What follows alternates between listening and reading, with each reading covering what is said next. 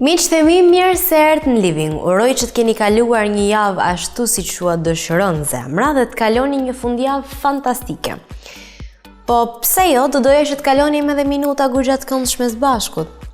E startojmë emisionin pikërisht me diçka që besoj se dashje pa dashje gjithë gabojmë.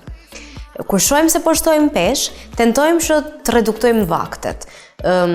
Ose përdorim shpesh periudhat e agjerimit ose muajin e majit kur ne I lidhim diçka zojës që të mos ham. Mirë po, ne mendojmë se po do psohemi edhe se do jemi më fit, por realisht çon kemi gabim, sepse përveç se shkatrojmë metabolizmin, edhe ndodhin edhe ca gjëra tjera. Po, për t'i ndjekur këto, mund ndiqni insertin.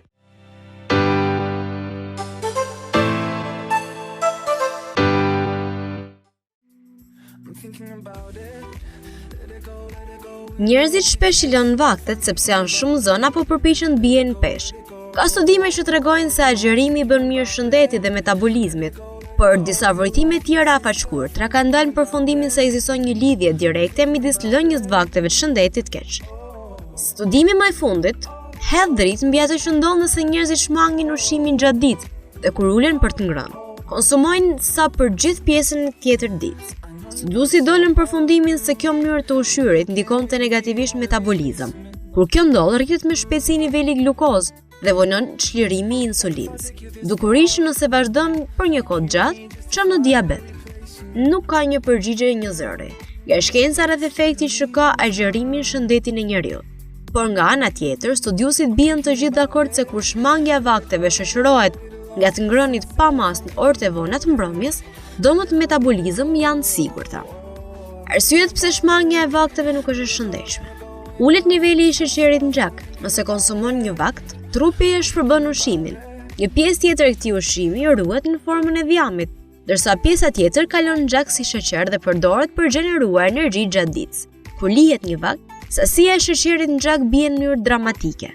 Kjo shkakton ndjesinë e lodhjes, si dhe luhatjen e insulinës në trup. Nuk ushqesh mjaftueshëm, një dietë e pasur me fruta, perime, brumra me mish pa dhjam, jo vetëm ndihmon trupin që të funksionojë si duhet, por ndihmon në trajtimin dhe në parandalimin e sëmundjeve serioze. Kur ha metabolizmi yt është një nga funksionet e trupit, punon për shpërbër ushqimin pjesë më të vogla, kur kalon një vakt, ai nuk ka asgjë për të bërë. Por në një farë mënyre metabolizmi është si muskuli, duhet ta përdorësh, përndryshe e humbet.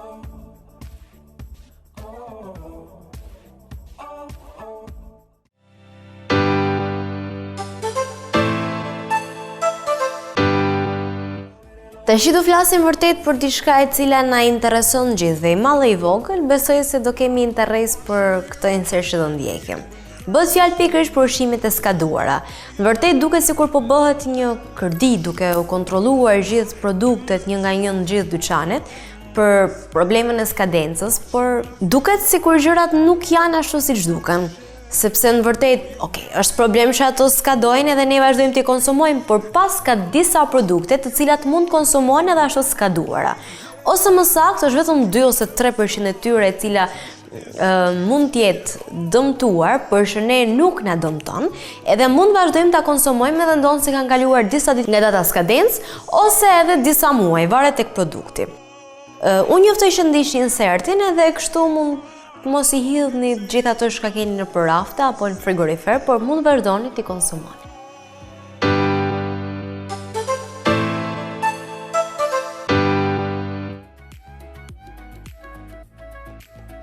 Ushqime që mund konsumohen edhe të skaduara. Në të gjithë botën po merren masa duke analizuar një për një çdo produkt, në mënyrë që të arrihet një konkluzion se sa mund ka përcjell data e skadencës së ushqimeve. Po, deri këtu ka arritur puna. Dhe në fakt një pjesë e mirë e tyre mund të konsumohet dhe për te asaj date, ama vlerat ushqyese nuk do t'jenë më ato të mëparshmet. Vlen të reflektoni mbi këtë dhe të mos I lini për ditë të tëra ushqimet në frigorifer. Atë sa të bën për të flakur. Nëse nuk arrini t'i menaxhoni, blini atë sa ju duhet për ditë. Në të kundërt, po rrëmoni xhepat. Lufta përhershme për të mos flakur ushqime që kanë kaluar kohën e tyre më të mirë, po rrjedhoi për të kursyer ka quajtur shpërdorimin e 8% ushqimeve që blien. Në Amerikë dhe një pjesë të mirë të Europës ka nisur propaganda për të ripar të gjitha ushqimet, sado që marketet refuzojnë. Kriza financiare që po kërkon një stil tjetër jetese, edhe pse gjendja ende nuk ka arritur limite. Më poshtë keni disa orientime për të mësuar nëse mund t'i konsumoni ushqime dhe pse data e stampuar në to tregon që koha atyre ka skaduar. Besoni, shumë shpejt mund t'ju duhen. Qumshti. Kozgjatja e qumshtit gjithnjë ka qenë 5 ditë, por ekspertë e sektorit na sigurojnë se masa e kozgjatjes është 6 ditë. Mund shkojë deri në 9 nëse ruhet në frigorifer. Mesatarisht shkëndëm 2.5 deri në 3% e qumshit. Kosi. Data e skadimit kosit është mjaftueshme e variueshme. Shkon deri në 20 dhe 30 ditë pas datës prodhimit. Pavarësisht kësaj, hidhet poshtë 3 deri në 5% e tij. Gaboheni mund të konsumohet edhe 10 ditë më vonë pas datës së konsumit preferuar, por humbet vlera. Mishi freskë që merrni tek kasapi zgjat 3 ditë pa u futur në akull. Pula ambalazhuar në qese pa oksigjen reziston deri në 7 ditë në frigorifer. Alternativa është që ta fusin në ngrirje përpara këtyre kufive. Kështu mishi mund të rezistojë deri në 6 muaj. Prosciuta pjekur është më delikate se ajo e gjallë, që mund të rezistojë deri në 3 muaj në basketat paketuara. Po u hap, si gjithë sallamet e tjerë, duhet konsumuar shpejt, brenda 2 ditëve pjekura dhe 3 gjalla. Nëse e funi në ngrirje, reziston deri në 3 muaj. Vezët. Data e skadimit vezëve duhet të jetë brenda 28 ditëve. Pas këtij limiti mund t'i konsumoni edhe për 5-6 ditë, por mos kaloni kurrë javën. Rreziku i helmimit nga to është më i theksuar se me ushqimet e tjera. Peshku. Konservohet në frigorifer në një mbajtse të thellë të mbuluar deri në 3 ditë, përndryshe ruajeni në akull ku mund të rezistojë deri në 12 muaj. Mund konsumohet pa problem dhe nëse data e skadimit ka 2 muaj që ka kaluar, me kush që ngrirja të mos jetë ndërprerë. Makaronat. Makaronat e thata, ato në qese pra, kanë kohë gjatë përdorimi, 12 deri 24 muaj. Por nëse ruhen në një vend thatë e sigurt, mund konsumohen edhe 3 muaj pas datës së shënuar. Biskota. Zakonisht kanë datë skadence, por nuk ka asnjë rrezik edhe nëse konsumohen më vonë për disa muaj. Vetëm nëse mund të kenë humbur forcinë.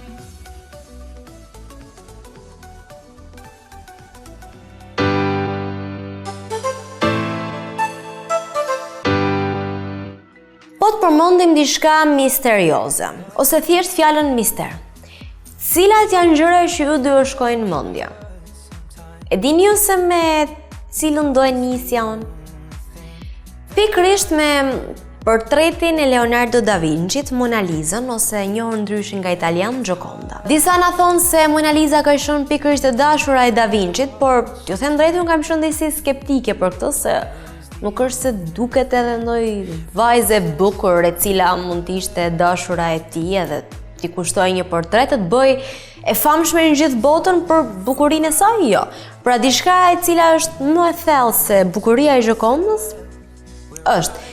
Hipoteza tjetër ishte se ishte pikërisht fytyra e Leonardos vetes si edhur mrapsht, deri diku këtu e besuam, por ajo që ka thonë ekspertët sfundmi është pikërisht është arritur që nëpërmjet rrezeve infratkyshe, spari të shihet poshtë shtresës fundit të telajus, edhe siç duket piktura nuk është nisur për të qenë një femër me këtë buzëqeshjen melankolike, por shihet një fytyrë tjetër, disi më e trisht. Gjithashtu mendohet se janë 2 model, ato të cilët kanë frymëzuar Leonardon për të realizuar këtë portret. Ndiqni se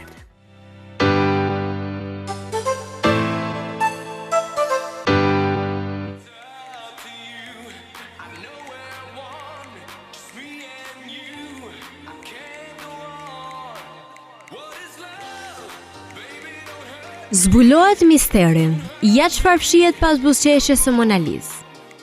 Është cilësuar si një nga misteret më të mëdha të njerëzimit, buzëqeshja e famshme e Mona Lisë. Kush është, çfarë fsheh, cila ishte marrëdhënia midis saj dhe Leonardo da Vinci-t? E shumë pikë pyetje tjera kanë munduar ekspertët, por edhe admiruesët e thjeshtë artit. Dhe duke se këtij misteri i ka ardhur fundi, pas zbulimeve të reja që janë bërë. Është Silvano Vincetti, drejtuesi i Komitetit Kombëtar Italian të Promovimit të Historisë dhe Trashëgimisë Kulturore, Ai që thotë se Leonardo përdori një model e femër dhe një model mashkull për të krijuar imazhin e Monës. Argumenti që Vincenti ofron mbështeten tek verifikimet e bëra trupit të Liza Gerardinit, që pretendohet që qenë modelja e piktorit për këtë portret. Ato tregojnë se nuk ishte ajo muza e vetme e Leonardos. Pas një pune kërkimore jashtëzakonisht kujdesshme, në cilën kemi kombinuar metodat historike me teknologjinë më të avancuar që ekziston, më në fund ne mund të zgjidhim një mister të hershëm, ato të identitetit vërtet të Mona Lisa. Realiteti është se Leonardo përdori dy model të ndryshëm. E para ishte Liza Gerardini, e njohur si Mona Lisa del Giocondo. Modeli i dytë ishte një djalë, Giangiacomo Caprotti, që njihet edhe me emrin Salai. Fal infraverezat kuqe, zbuluam gjithashtu se në shtresën e Part Boys në Telajo, Mona Lisa nuk shihet duke buzëqeshur, por është melankolike dhe e trishtuar, thot Silvano Vincetti, ekspert arti. Mona Lisa apo Gioconda, siç e quajnë italianët, ndodhet në Muzeun e Louvrit në Paris, e mund cilësohet ndoshta edhe si piktura më e famshme në botë.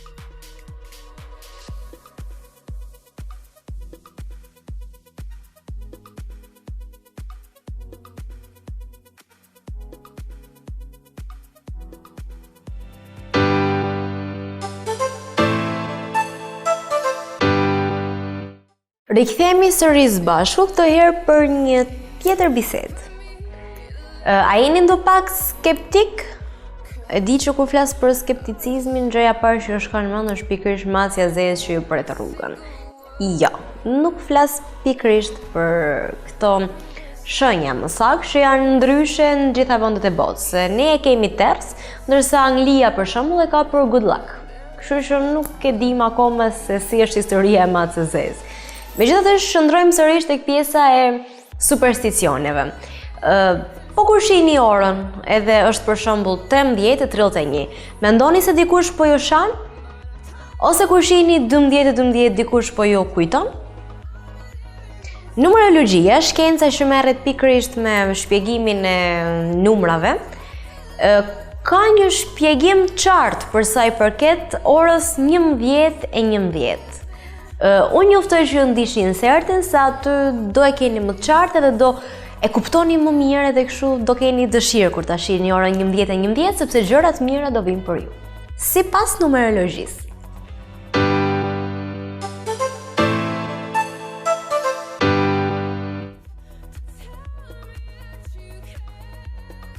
Çfarë kuptimi kanë vërtet kur shikon këtë orë? 11:11. Ekziston besimi se kur rastisht shikosh orën, ajo shënon 11:11, është mirë të shprehësh një dëshirë. Ndonse të qenit 4-1 arresht mund të nxjerrë me një rasti të zakonshme dhe e pa kuptim, numerologjia, shkenca që merret me studimin e kuptimit numrave, ka një teori tjetër.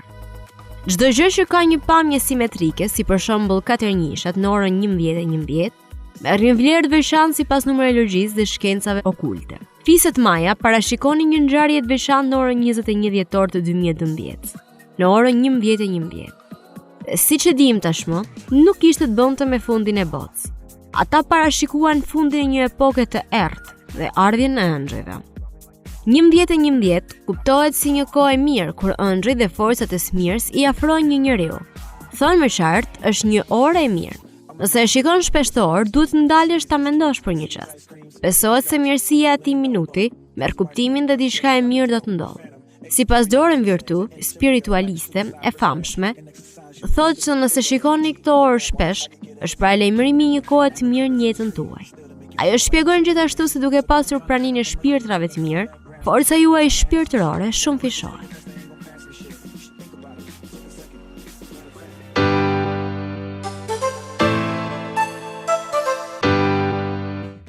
Çfarë mund bëj vodka për ju? Përveç se t'ju dej edhe t'ju bëj tap, ajo ka edhe disa funksione tjera.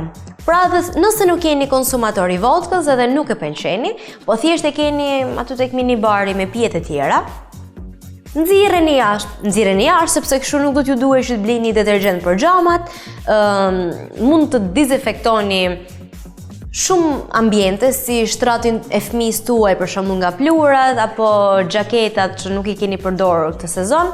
Po këto janë vetëm 2 nga shumë përdorime që vodka ka. Unë njoftoj që ta ndiqni insertin edhe pse jo të nxirrni vodkën nga minibari juaj, por edhe t'ja dërgoni dikujt dhuratë, se edhe nëse nuk e pin, me siguri e gjen 1001 përdorime, sepse çon ka e tillë, shumë përdorimesh. Ndiqeni.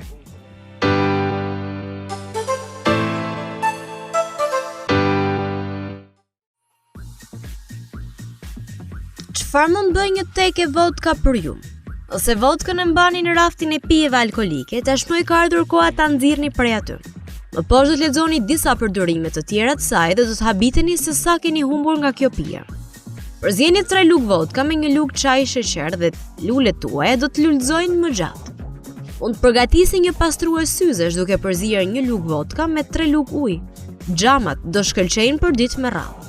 Kur përgatisni brumin, mund të reduktoni sasinë e glutenit duke shtuar 1 lugë vodka për 3 lugë ujë. Ushqimet e përgatitura me një brum të tillë do të jenë shumë të shijshme. Vodka mund të tresë shumë substanca, ndaj nëse keni ndonjë njoll, mund ta fërkoni me pak vodka dhe ajo do të zhduket. Mbani larg insekte duke përhapur pak vodka rreth vetes. Largoni erën e keqe të rrobave me një spërkatje vodka. Ruani ngjyrën e rrobave të errta duke i spërkatur me ujë dhe vodka. Sasia ujit duhet të jetë e njëjtë me atë të vodkës. Mund të shërbejë një tonik i shkëlqyer për lëkurën. Mund trajtoni puçrat apo pickimet e insekteve. Dezinfektoni dyshekun tuaj në minuta me pak vodka. Mund të largoni erën e pakëndshme të këpucëve. Pastroni bijuteritë argjend duke i larë me vodka. Do të shkëlqejnë si ditën e parë që i keni blerë.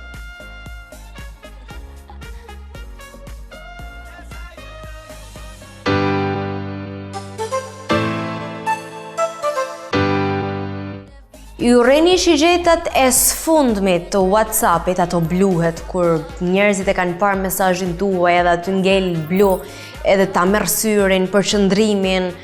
Nuk e di për ju, po mu më shqetëson goxha. Edhe jo vetëm mua, përderisa është bërë paksa problem kjo pjesa e shigjetave blue, edhe duket sikur njerëzit nuk janë të lumtur me to, edhe i kanë kërkuar WhatsApp që t'ja ndryshojnë sërish ngjyrën edhe të kthehen si më parë. Mirë po. E dini që përgjigje kthen WhatsApp? Jo vetëm që nuk do i heq ato shigjetat blue, por ato 2 shigjeta që krijohen në momentin që ju jeni në dijenit një mesazhit, por nuk e keni hapur akoma, të bëhen të kuqe. Po, do kemi pikërisht shigjeta kuq e blu tashmë në WhatsAppin ton. Para vllaznia, ndiqni insertin.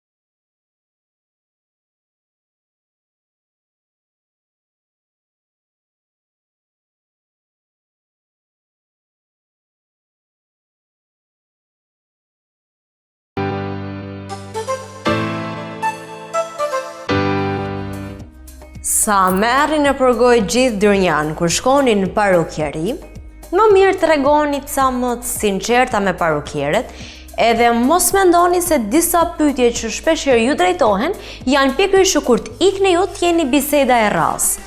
Po, janë pyetje tipit sa shpesh i lani flokë që janë normale thjesht për t'i orientuar parukjeret për shëndetin e flokëve tuaj, se sa të ndyrshme janë, apo se si reagojnë ndaj modeleve të ndryshme. Kjo është pyetja më e shpesh, ndoshta, po ka dhe disa tjera që mund duken çuditshme, ama janë normal nëse vin nga parukierja juaj. Tashi, unë nuk them se në parukjeri nuk bën tash e theme, po nëse ju e vuani këtë të fundit, shumë e thjeshtë. Mund të shkoni atje ku shkoj edhe unë, tek parukjeri Arba. Të merrni shërbimin cilësor të duhurin për ju, të keni mundësinë edhe trajtoni për shembull me Olaplex, keni mundësinë që të komunikoni mirë me estetisten, me parukierën edhe me gjithë stafin, edhe e bukra të bukrave është se përveç se do ngelni shumë të kënaqur, nuk do keni tash e theme. Dhe për këtë të fundit ju asiguroj, kështu që falenderimi shumë i madh shkon gjithnjë për Parukieri Arbën. Dhe pas këtij falenderimit, unë juftoj që ndiqni insertin edhe të merrni vesh cilat janë pyetjet e zakonshme që drejtohen nga parukierët. Ndiqet.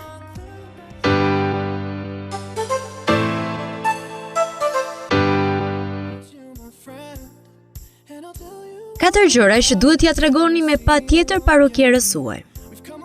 Në momentin që shkonin në parukeri, disa pyetje që ju drejtohen mund edhe të mos ju pëlqejnë. Mirë po ka disa gjëra që duhet patjetër t'i tregoni. Nëse doni që parukierja juaj të zgjedhë atë që i përshtatet më mirë flokut tuaj, dhe të keni një rezultat të shkëlqyer. Ja disa prej tyre. Mund t'ju duket mungesë edukate kur ju pyesin se sa shpesh laheni, por kjo pyetje bëhet nga parukierja juaj dhe është më së normale. Duke mësuar se sa shpesh i lani flokët, parukierja do të krijojë një ide më të saktë rreth llojit të flokut që keni dhe se si reagon floku juaj. T'ju pyesi se sa shpesh stërviten. Do të thoni ju ç'ka lidhje kjo me flokët? Po në fakt ka, sepse duke e ditur se sa shpesh ushtroheni, do thotë se parukierja kupton se sa shpesh djersisni. Në këtë mënyrë do t'ju këshilloj edhe për formën apo modelin më të përshtatshëm flokëve, që t'i rezistoj aktivitetet tuaja të përditshme. Çfarë veshësh keni në dollap? Është mirë që parukierja të di se çfarë stili veshësh keni pjesën më të madhe të kohës. Do të ishte mirë që stili juaj i flokëve të përshtatej edhe me veshjet tuaja. Si flini gjumë? Pozicioni se si flini dikon format e çuditshme që marrin flok në mëngjes. Përpara se të vendosni të bëni një ndryshim tek flokët tuaj, mendoni një herë si flini dhe konsultoni me parukierën për gjetur modelin e flokëve që do t'ju qëndrojë i rregullt për më gjatë.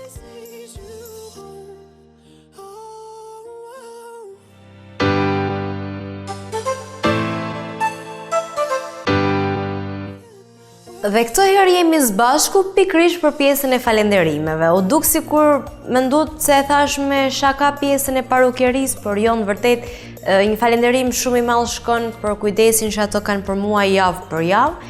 Dhe diskutohesh edhe për stafin e emisionit i cili bën një punë të palodhur.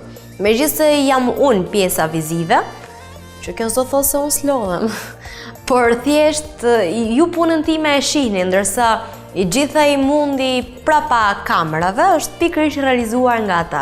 Ndaj këto dy falenderime shkojnë pikërisht për stafet e parukierisë Arba edhe për stafin e Star Plus. Mirë po këto nuk janë falenderimet e vetme, ndaj ju njoftoj që të ndiqni publicitet.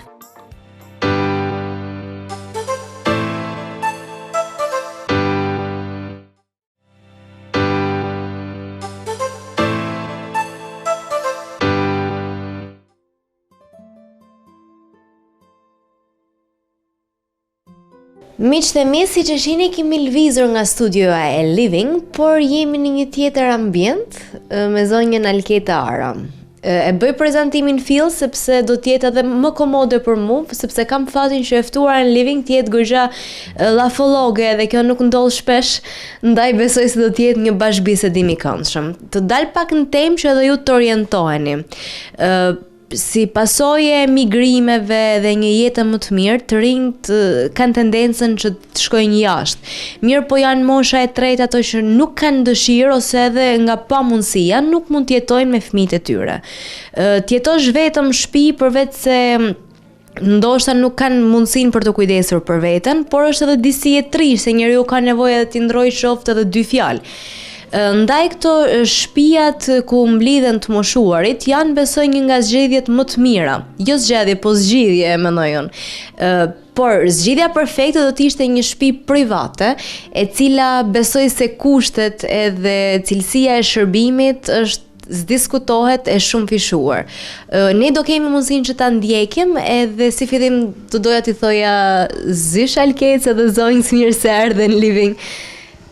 Atëherë, ju falenderoj për përgatitjen e emisionit, mi qendrën teme, mi shtëpinë teme, shtëpinë Orkimea, ku jetojnë një grup të moshuarsh, grup intelektual të moshuarsh, dhe ku kena një bashkëjetisë shumë të mirë të këtyre personave.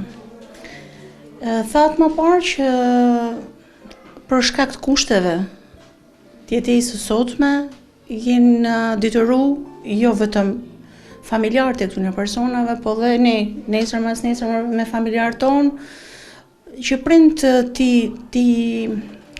për prind për kujdesemi më shumë se ç'duhet. Është një ambient ku jetojnë rreth aktualisht 13 persona dhe normalisht do të jenë rreth 15 persona, jo më shumë.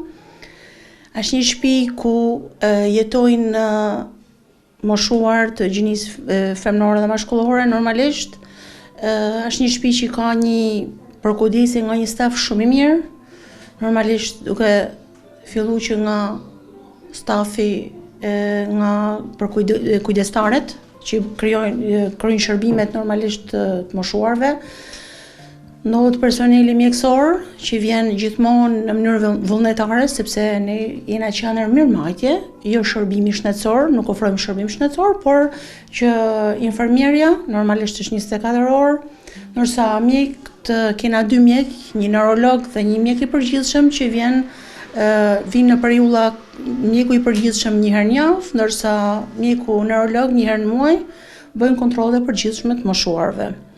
Pavarësisht që edhe kontrolli ditor nga ana e infermierës për marrjen e atencioneve dhe dhënien e terapive është gjatë 3 vakteve, mund të themi. Normalisht kena dhe psikologën, sa është një pjesë që e ka të nevojshme edhe anën e psikologës, dhe gjatë ditës, domethënë mas orës 1, domethënë në orë të vazhdim, është edhe prania jeme e vazhdueshme. Të kështu i bjen që shtëpia juaj tashmë është pikërisht qendra e të moshuarve, sepse gjithë dashurinë e keni. Besoj edhe emërtimi nuk është azil, pa shtëpi.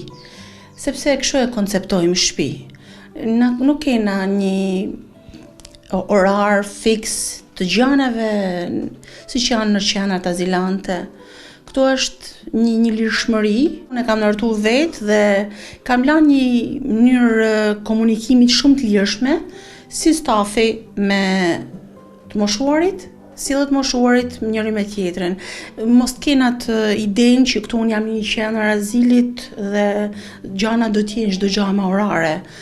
Nuk më pëlqen aty gjajet, sepse du mi u kriju aty din, atë janë shtëpinë e tyne. Prandaj edhe ne s'kena vu azili Orkimea, po kena vu shtëpia Orkimea, ku këta të moshuar të njihen si në shtëpinë e tyne. Problemi është që mos ta vujnë edhe pjesën e orareve, gjaneve që duhen për mu bë se s'bën, kurse njeriu do mendoj të lirshëm shtëpinë e vet, dhe mundi rahat, komod si në shtëpinë e vet, boll kanë mungesën e familjarëve tyne, edhe nuk më pëlqen edhe ajo pjesa çdo gjë të jenë e strukturuar me orare. Unë ju përgëzoj për idenë edhe për konceptin se si e keni konceptu, po ajo që ka më bani përshtypje ishte fakti se ju i thirrnit nan edhe gjysh.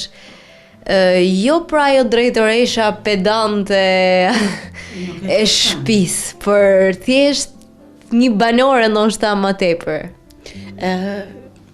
Nuk e mendoj, për më ia thënë, unë jam drejtoresha, por komunikimi është nan edhe vajzë. Pjesa më e madhe më thrasin vajza, një pjesë, sidomos në Ilja, është nusja, edhe komunikimi në anë gjysh është që thashtë një herë vetë strukturën si e kam kriju, të kene edhe nga ana e gjendjes shpirtërore tyne ta ndin, sepse në shumicën e rasteve këto qendra harrohet fjala nan, harrohet fjala gjysh.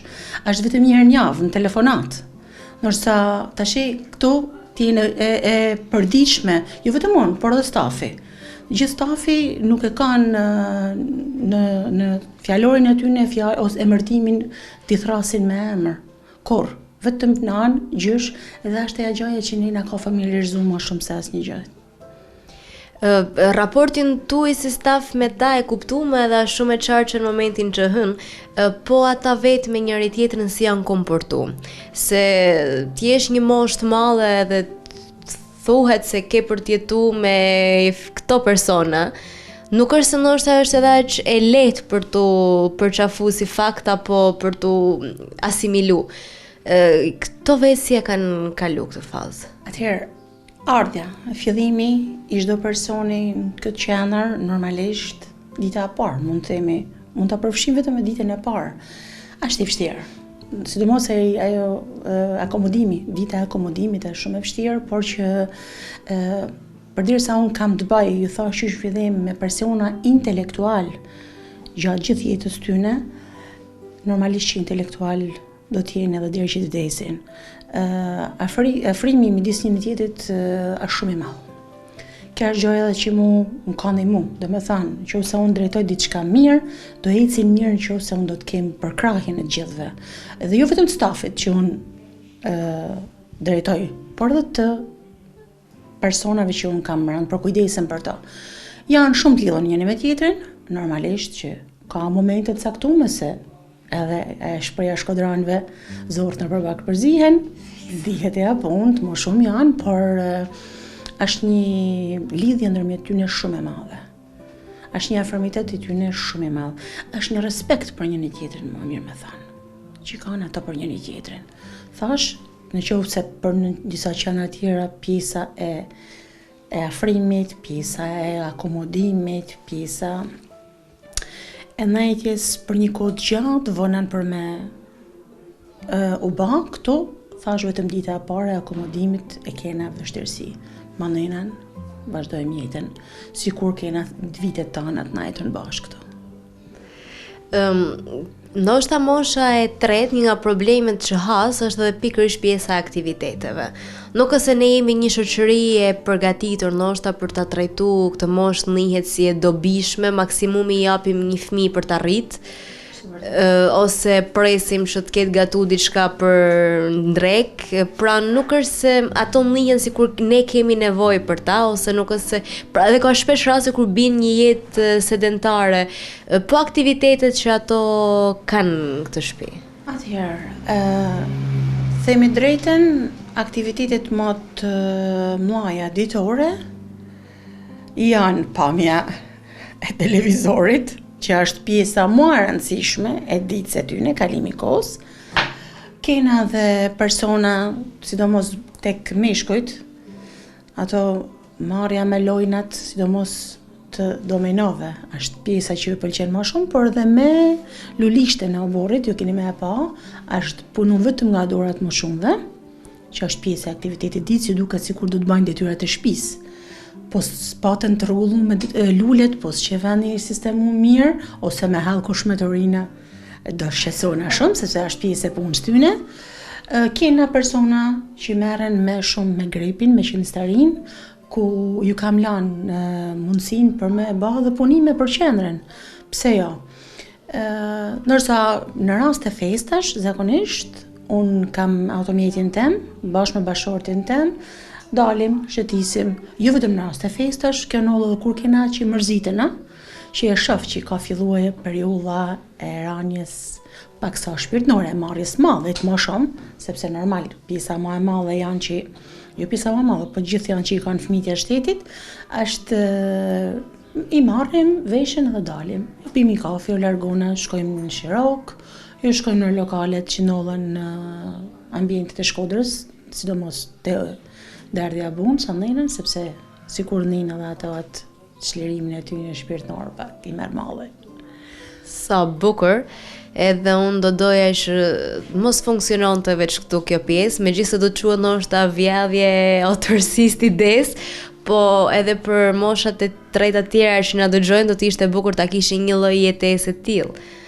Përgëzimi shkon për ju, diskutohet, por Zoja Naile besoj ju man me koncerte. ka fillu paksa përtes të kanga me kënu, por që orari i kënimit është orari dreks, ku janë të anë qëtësi, edhe dënë atë përqëndrimin e plot, të sajin qëtësin e saj për me kënu. Normalisht se zani saj hala aza bylbylit, ma mirë me thanë. Vazhdon me atë kangën e saj, vazhdon me atë zanin e saj, pavarësisht se ka nga një herë, më thë që unë nanë thë që harroj fjallët. I them, na Ilja si harën kur fjallët. Edhe vazhdon, do me thanë të kanga, ka momente që edhe nuk i pëlqen. Kur është sidomos e pjesa që e merr malli, priten për me vazhdu kangën, e nërpret. Në dhe bilbilat kanë momente emocionale që nuk dojnë. Po të afërmit e tyne, vinë t'i vizitojnë, kanë kontakte me ta? Familjarët flas kështu, djali, vajza, normalisht pjesa ma madhe e tyne kanë nollën në emigracion, vinë me periudhat caktume, kohet, nërsa pjesa tjetër, jo motrat, jo vëllezërit janë të pranishëm çdo ditë. Na kena vu një orar, më thëkt, gjatë paradites dhe gjatë mazdites çdo ditë, por që janë të lirshëm marrë dhe në orare tjera kur kanë mundësi, vinë, i takojnë edhe çmallen. Nuk është një pjesë po thojmë që rrinë periudha gjata, që nuk vinë, por vinë çdo ditë, na kena vizita nga familjarët. Unë të falenderoj për intervistën, do të kisha shumë dëshirë që të hynim pak brenda edhe për të parë ambientet, edhe për të vjellë pak nga jeta, nga stili tyre, se jam kot jemi në living. Atëherë siç fola edhe tek intervista pak më përpara, ky është ambienti ku të moshuarit meshkuj kanë shkrizanatin e tyne. Ato merren me rregullimin e ambientit jashtëm, sidomos Gjysh Regjepi që na do e intervistojmë. Janë lulet e tij dhe nës mund të ndërhyjmë në asnjë aspekt të paraqitjes së oborrit. Unë e kam vërtetuar që sa më shumë vite kalojnë, edhe këto pasionantat e luleve dhe të lulishtes sa vjen e shtohet. A gjeni ndonjëherë Gjysh Regjepin të fol me lulet? Sepse mu me gjyshat e mi më ka noll, edhe e kam kuptu se nuk është ndonjë problem ajo pjesë, po thjesht atë shumë i dojnë, so i vejnë është edhe emra, ose i konsiderojnë si gjatë vetën. Jo, gjoja më e rëndësishme tia është që ne as me ujit nuk duhet, sepse ju nuk dini për me hallu i mirë, edhe nuk duhet me prek asnjë gjë të vetme, edhe as rregullimin e karrigeve mundësisht do t'ja përkasim. Atëherë çojani deri në fund fjalën edhe mos ja bëni dysh. Do më presim pjesë e tia. Merrni burra, e mos keni marrë. Përshëndetje, ju mund vazhdoni të luani, po njëkohësisht do ju pës ca gjëra ju. Kam lajën tuaj. Mu më thanë se Gjysh Regjepi merret me lulishten, edhe është shumë i zoti. Do na tregosh se sa kohë nditi kushton lulishtes? Sa me dëshire ke? 2 orë është ai paradites, edhe 2 orë mazdites. E keni patur gjithmonë me pasion apo tash? A kam pas shpina marrë me folë nga në pallat, kanë ardhur dhe kanë marrë lulet e unë. Po tash plesnia ka një këta gjana që Unë nuk po shoh kund pleq, të ju jeni njëri më në formë se tjetri. në shatisin me makinë, po, shojmë shiroke, edhe në zove këna kene, po, të ura bunës këna kene, të jetin ku ura bunës, edhe të ura po qëllë këna kene, pa të që edhe të në punë, edhe ta kanë familjen i vetë, apo jam këpi mund. E drejt, unë e përgëzova edhe pak më përpara për sjelljen që gjithë ju keni, po fullja ju jeni një familje, kështu që ju takon të kujdeseni për njëri tjetrin. Është mos e normal. Më tregoni pak si e kaloni ditën. Më thanë që ju pëlqen të luani domina, po zotëri? Ne kena përveç kësaj, ju vetëm dominave, ka herë kalojmë llafe, kodra më zbegur, vetëm me botë me çaj. Tash më ke kriju një marrë të brishte. Po përveç se këtu kena dhe një lulishte, po kja lulishte që lullëzën e tonë vend e mrekullën, njëna për ne zemra jonë triumfën. S'kej ma zëtë se kë vend. Kja është edhe me shqitë edhe men, me shqitë tonë lajgjës, në sytë e faqës. Pra ndaj, ju thëmë me plët goj, ashtë qa lypim çdo nevoj. O, sa bukur, po ju knashkeni, a do mftoni në herë të vitë kalin në i pas dite me ju se... Asë kënë që më në kumë që shtona konë dizë e kene, asë që shpime, pa kënë në më tepër në kam. Jam aq e lumtur që shkoj një ambient edhe më thua se s'kemi që tankojmë, se njerëzit vdesin për të parë një kamera, për të fillu për tanku, e kemi qik zakon të fundit, po jam shumë e lumtur që ju jeni mirë. Shoj e boshnet, që ne kujdesot për ne moshën tonë, adim? Por, është të qetë. Ju uroj që t'ja kaloni mirë, të keni një jetë sa më gjatë edhe një marrëdhënie sa më të Me mirë. ju, mas me në harru. Po si t'ju harrojmë, ju jeni ajka. Jo, me në kujdesojmë.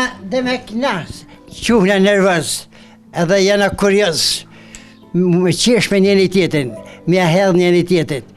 Jo me hedh me mbalt, po me qitë edhe gojen në mjalt.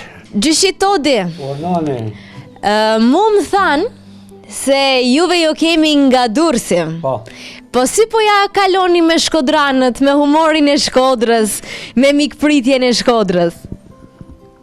Unë e shikoj si nanër këtë ardhjen këtu në Shkodër, se a i që bësë betë që më ndërgoj mu këtu, unë nuk ma mori menja se të kisha kaq knajsi, me kaq kushtet më rregullueshme. Tashti këte pa e pravon vetë koha, qysh kur ka marrë, unë kam pak ditë këtu, po këto kushtet si kam pas një herë në Durrës. Jam jashtëzakonisht i kënaqëm. Po nuk e ke dëgjuar që Shkodra shuhet për mikpritje, për bujari, kështu që... Provu në herë dhe më duk të si e çuditshme. Koha pa tregon që unë jam jashtëzakonisht i kënaqur nga gjithë drejtimet. Duke fillu këtë drejtëresha, duke më pyet vazhdimisht, po patë një problem, drejtohu tek unë. Nga shokët, pa përjashtim. Janë aq të dashur, aq humor, që unë edhe vetë pa habitëm. Se Shkodra ka pas me koha që janë humorista të mrekullueshëm.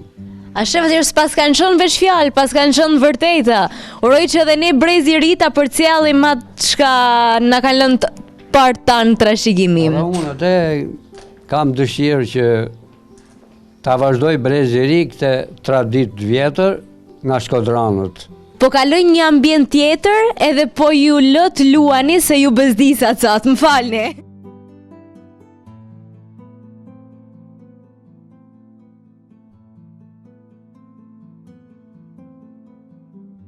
Tash jena në ambientit e mbrëmshme të shtëpisë, se na nuk përmendim emërtime tjera vetëm shtëpia. Shtëpia jonë e Kjo është infermierja që e kena Përshëndetje, zoj, mirë se erdhët në living.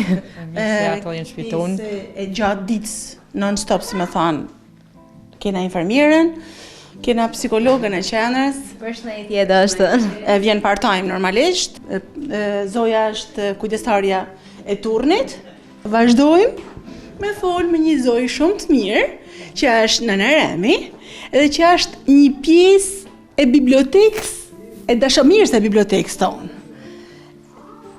Gjithmonë e gjen në këta kane, sepse i pëlqen leximi i librave, edhe sidomos gjatë orarit kafes. Edhe paraditja është pjesë e saja kërka. Si po ja kaloni? Si kalon një pjesë e ditës tuaj? Pjesa jeme e ditës, mjesi ham të gjithë një saj, një organizim të rregull, një gjendje shumë të rregull. Unë kam lexu, me ta thënë drejtën, unë lexoj këtë libër, historia në rrjedhjen e shekujve. Kam ecë Bajagi, edhe ma përpara kam lexu libra kështu historike, se me thënë ma fort. Atëherë ju jeni më tepër tek librat historik, ato ju pëlqejnë. Pëlqejnë shumë. Sa orë në ditë ja kushtoni leximit? Për zotën ka rastënosht edhe 2 orë të ri. I ulem shumë me vëmendje. Duhet keni qenë edhe nxënëse e mirë. Kam kenë, po në atë kohë s'kam kenë. Edhe rroba qepse. Edhe rrobe qepse. E gjithanshme. Unë jam rrobe qepse, gjithashtu kam pas edhe bashkëshortin rrobe qepse, kur jam feju e martues më thanë. Gjithashtu i kena dhënë edhe djalit dytë zënadën tonë, rrobe qepse. Ashtë shumë mirë i aftë. Rroba qepsit më të mirë në Shqipëri. Aftë, i aftë shumë. Në thejnë më nanashtë.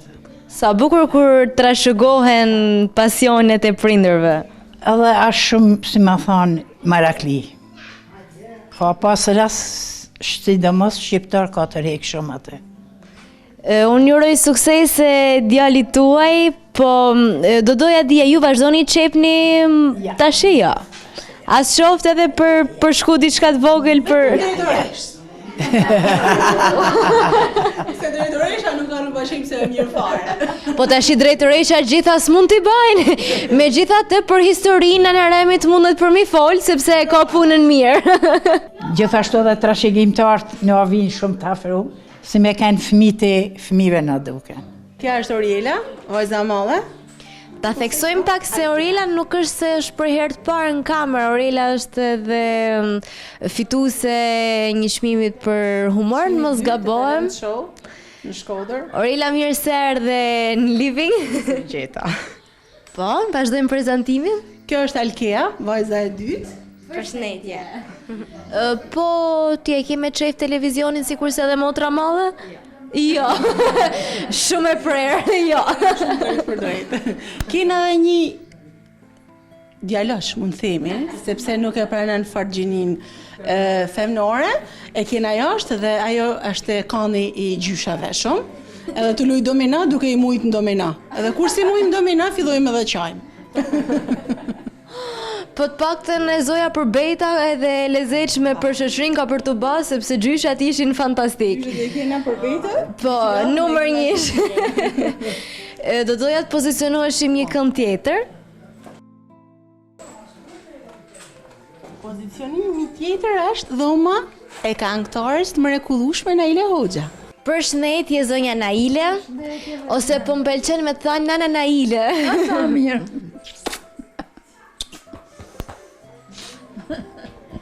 Po më tregoni pak si po ja kaloni këtë periudhë, si kalon dita juaj, po kënoni, po i mbani me koncerte? Ja, nuk kënej shumë, kënej pak e herë kur më teket. Po të shin edhe bilbilat e kanë atë momentin e tyre kur kanë nevojë të pushojnë. Unë të shti këtu, kam ardhë me gëzim të madhë, se burë gru profesora, fëmijët i kanë të sjutë shumë, edhe erdha. Me gjithate, kur ka arnusja me marë, e thrasnuse. Kur ka arnusja me marë atë, unë e pashë herë se kjo e gjatë, unë e shkur, e qova krytë kështu, tha musa e bukur keke majnuse. Edhe i ka met, i ka met emni nuse, pa. Një zonjë e bukur si ju, vesh komplimenta, besoj jo se ishin furqa, se shumë e bukur është nusja. Po, zonjat e bukra bën komplimentet bukra. Ja, për zotin e kja ishte një shtupuna. Shkojmë të makina, atje më thëtë, këthët është buriem. U të pas nëna, thëmë, trujtë zotit, sa i mirë keke edhe ti, të dytë bukur keke një më nënë. Sa mirë se më kanë dek 3 djelmë, edhe vërrë më shku në lotët ka e pa vete. Ure ka pa vlejem.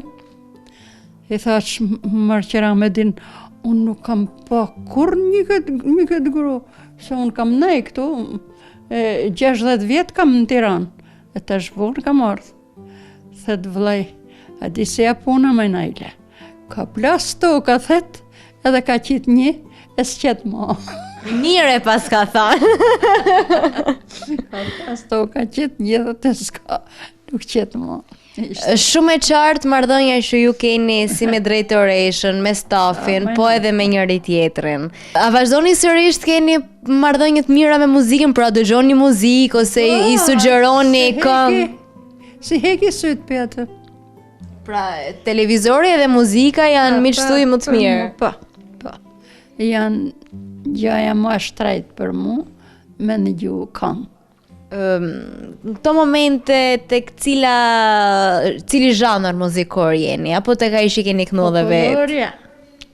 Nuk të ka ik dashnia akoma? Ja, pe popullore s'ja përbes. Kënga popullore është e bukur. Sa vite u bën skenë, zonja Naile? S'numrohen, thuj, janë Ja, 50 vjetë, pa ma shumë. As zha, fjallë goje, gjysën shemë. Edhe mu më ka zgjedhen Ver Hoxha për këngëtare. Pas ka bën një zgjidhje goxha. Nuk ja haraj. Ai erdhi me zgjedh këngëtar. Unë kur gjithve ju dur trokiti shumë me dashni të madhe, unë kënova i këngë dhe shkova për në vend tem. Tha, po hajde i herë tu, hajde, ta mën shkodranisht. Edhe unë shkova, tha, shikja, tha, ti pas ke za shumë të bukur. Kush është ai djali atje? Për të fejumin. I tha, që është i fejumi jem? Hajde mëra këtu, hajde këtu. Edhe erdhi, shkaj burri. Edhe i tha, mos të në lësh në iles rrugën, se pas ka zanin si bilbil. Kështu që s'ma në lej kërkush. Unë do kisha shumë dëshirë diçka në këto momente nga Që ju. ta kishe dëshirun, që të fejuhesh ti, edhe të vitaneze atje. Do thot që pas ke mend të jesh në formë për vitet tona, se unë kam kohë për të. Ftesem? Po, ftesa e parë do t'jetë për ju. Këtu t'jemi jap fjalë grash. Edhe unë jashtë. Unë dëshirën do t'a plotsoj, po ju mu do na knoni diçka? Pa tjetër. Cilën ka nga repertori do zgjedhim? Gjamadonin e knojmë? E knojmë. Gjamadanin, kuq si gjako, gjamadanin, kuq si gjako, ta që nisa prej maraku, ta që nisa prej maraku. Dil në derë të shikoj pak, ta që nisa për marak, sa ta shaf si trin në shtat, hajde djalo të rrim pak, hajde djalo të rrim pak, hajde djalo të rrim pak. Ojna, me gajtane, ojna, me gajtane, pera di djalo, zili qare, pera di djalo, zili qare.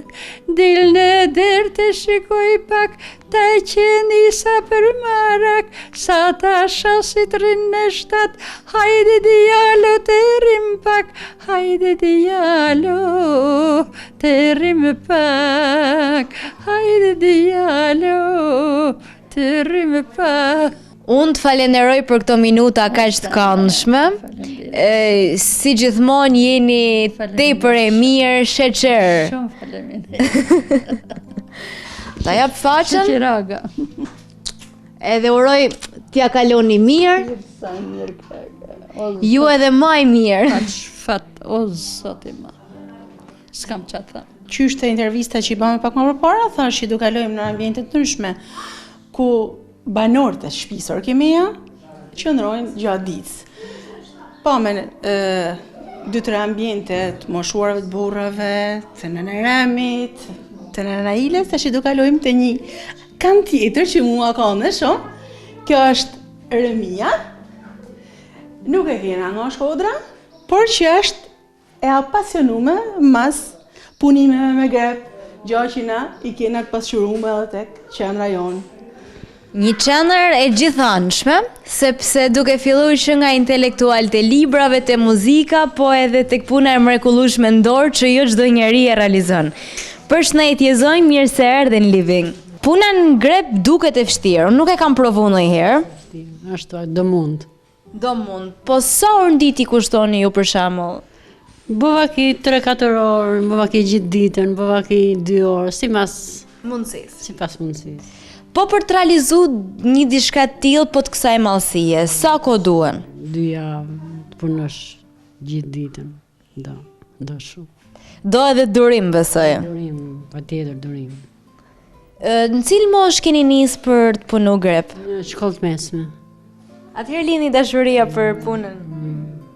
Kujtohet bile boshëm qentro kështu, 6 sopë, 2 të mëdha, 4 të vogla, i kam akoma modelet. Mrekulli. Po ju nga keni ardhur në Shkodër? Nga Bulqiza. Nga Bulqiza. Përshtat me ambientin, besoj se po. Po, jemi përshtat, e kalojmë shumë mirë. Jam shumë e lumtur për ju. Nuk po të shpërqendroj më tepër se shoh që e ke me pasion punën. Po të falenderoj për intervistën. Të falënej gjithashtu dhe unë.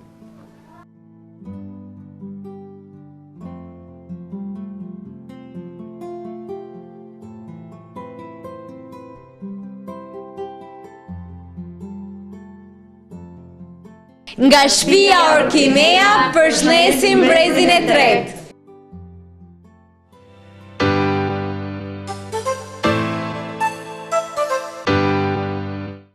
Rikthehemi këtë herë së bashku pikërisht për t'ju thënë faleminderit që na ndiqni, që jeni miq kaq të mirë të emisionit.